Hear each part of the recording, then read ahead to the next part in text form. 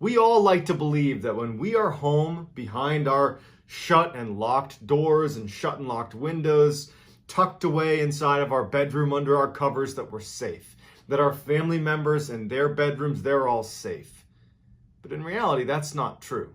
Most of the time it is, and most of the time that illusion of safety is enough that you don't think about it very often, that someone actually could probably break into your house if they wanted to. Not all houses. Some people are much more prepared than others. But most people never have to worry about that actually becoming a reality, someone breaking into their home. But there are people that do live that nightmare when the place they look at as safe becomes unsafe. Today's story is about someone who believed they lived in a safe house in a safe neighborhood. But in a moment's notice, that illusion was shattered. Before we get into today's story, if you are a fan of the strange, dark, and mysterious told in story format, well, then you've discovered the right channel, because that's all I do, and I upload 3 to 4 times a week. So if that's your style and you might be interested in something like that, I would encourage you to please gently incinerate, gently incinerate, keep it together, here we go. Please gently incinerate the like button and then subscribe to my channel and turn on all post notifications so you don't miss any of those weekly uploads. All right, let's get into today's story. In 2017, a woman had just moved in to a beautiful home in Northern California that was just outside the suburbs. It was in kind of a more rural area. There wasn't any street lights. She did have neighbors, but they were, pretty far away from where she was actually staying. But she loved it, and it was this beautiful area. She'd go outside at night on her porch, and she'd look up, and because there wasn't much light pollution, she could see the stars, and she just loved it. And even though she didn't see her neighbors very often, she knew them. They were older. They were really nice. It was just like a really warm, welcoming neighborhood, albeit people enjoyed their space, but it was safe. And it was a place that she truly loved and didn't expect to move anytime soon. Later that year, in the winter, she got home from work one day. She had a long shift. She was exhausted, and she pulls into her driveway, and when she steps out, she immediately smelled cigarette smoke. She didn't smoke. She didn't think her neighbors smoked. It was not a high-trafficked area. They're in kind of this rural part of Northern California, and her street, the only people that really ever went on it were her and her neighbors. And so she was thinking, who was smoking near my house? But it was really, really foggy this day. She could barely see, even when she was pulling into her driveway, she could only see what her headlights had illuminated on her house. It was no visibility. She kind of glanced around, but she was like, you know what? I'm so tired. I just want to go to bed. So she just kind of forgets about the cigarette smoke, wasn't really that concerned about it. And goes in her house, and even though it's 7 o'clock, she's like, I'm just gonna go to bed. So she heads upstairs, takes a shower, and gets in bed. A couple hours later, she wakes up because she thinks she hears something on her first floor. At the time, she had a close friend that was taking classes in the city, but working outside of the city, and sometimes didn't have enough time to get back to his house to shower and clean up before work, and so she'd actually given him a set of her keys so that at odd hours when he was going between classes and work, he could just come to her house, take a shower, get changed. It was just a lot easier for him, and they were close enough, it wasn't a big deal. But he always texted her before he came to her house as a courtesy. Hey, I'm gonna be there taking a shower, using your house just for a minute. And they rarely actually ran into each other because his hours were so strange. So when she wakes up and hears commotion downstairs, the first thing she does is check her phone for a text message because she's assuming that it's her friend who's just, stopped by to use the shower or change or whatever he's gonna do. So she reaches over to her bedside table, grabs her phone, and she opens it, and it blinded her because she's just woken up, and she kind of squinted at her phone, and she couldn't really tell if there was any unread messages from him or not, but she just put her phone down and decided she would yell out, just a lot faster than trying to read this text message. So she yells out to him, and there's silence downstairs. And she yells out again, hey, is that you? And there's silence. And then all of a sudden she hears very loud footsteps running across the first floor, charging up the stairs. She instinctively leaps out of bed, runs into her closet, which is right across from her bed. And as soon as she's literally stepping into the closet, she can hear whoever was downstairs now is in the hallway upstairs. And so the layout upstairs is there's a bedroom on the left, a bedroom on the right of the hallway, and straight ahead at the end, there's a bathroom. And the 2 bedroom doors were shut. The bathroom door was open. This person bombed up the stairs and ran right past the bedroom doors, one of them she was in, straight to the bathroom.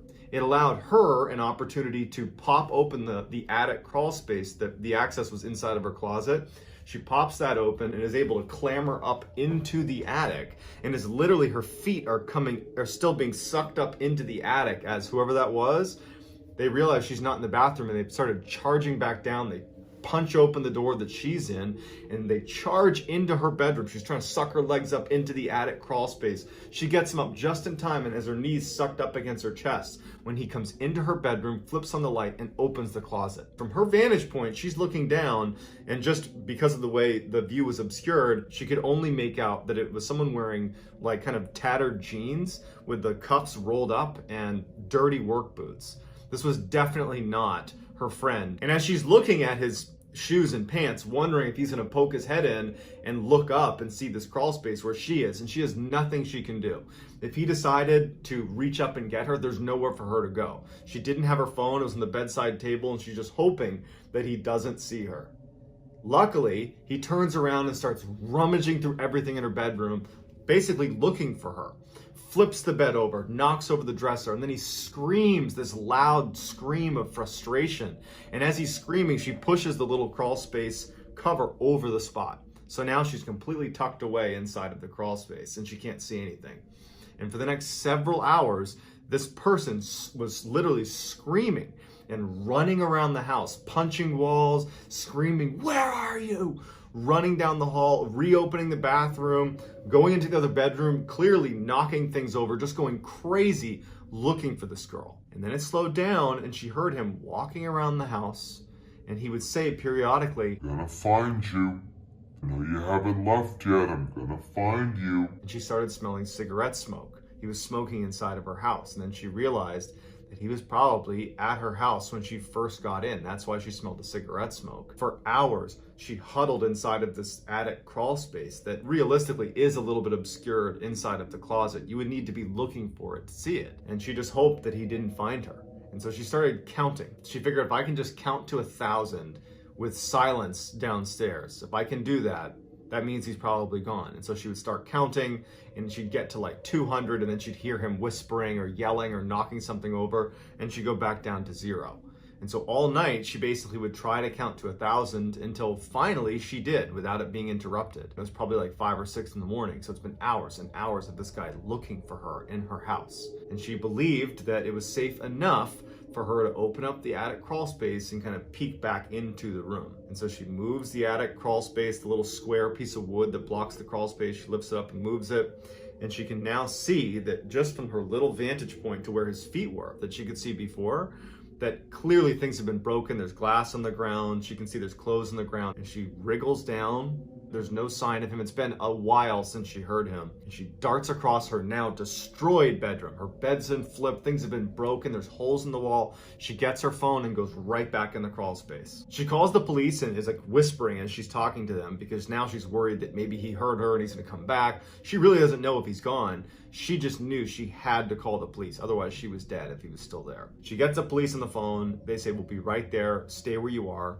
The police show up and she can hear them entering the house. They're yelling, "Police, we're coming inside." They search the whole house and they start yelling for her. They start yelling for her by name. And at this point, she feels comfortable opening up the crawl space and coming down to show herself. Sure enough, there's the police and they're like, "There's nobody here. Do you want to walk around the house and see if anything was taken?" Every room was completely trashed. Holes in the wall, things broken. Whoever this was looking for her everywhere in the house and was basically rummaging through everything to try to find her. And the police are like, "You're very lucky that you thought to jump into that crawl space, because we found a number of your knives from your butcher block have been taken out. They were scattered around the house. It seems like he might have grabbed a knife and then in frustration was maybe looking for you and slashing at different things. Then he'd throw a knife and get another one. It's pretty clear this person was trying to do you harm, and you're very lucky that you had the wherewithal to immediately, when you heard those running footsteps, charge into the closet and hide in the attic. That almost definitely saved your life." Although she would stay at this house for another 3 years after the incident, it ultimately proved to be too difficult to stay in that house. She was constantly afraid that it was going to happen again. It was very traumatic, and so she ultimately moved. So it just goes to show that while we believe we are safe when we are home, the reality is all those locks and cameras and all the stuff we install around our house to keep ourselves safe, that's really just to keep the honest people out. The monsters out there, the evil people that want to do us harm, they don't care about breaking windows and forcing their way in. So you should always have a plan of what you would do if someone broke into your home, how you would handle it, whether it is an escape plan or even concealed weapons. But you should do something to protect yourself and have a plan in case the worst case scenario happens to you. So that's going to do it, guys. If you enjoyed the story today, if you would please gently incinerate the like button and then also subscribe and turn on all post notifications so you don't miss my 3 to 4 weekly uploads. If you want to reach out to me, you can hit me up on Instagram. My handle is JohnBallin416. I'm also very active on TikTok. My handle is Mr. Ballin, and I go live on TikTok at 10 p.m. Eastern, Monday, Tuesday, Wednesday, and Friday. So I hope to see you there, and thank you all for supporting the channel, and I will talk to you soon.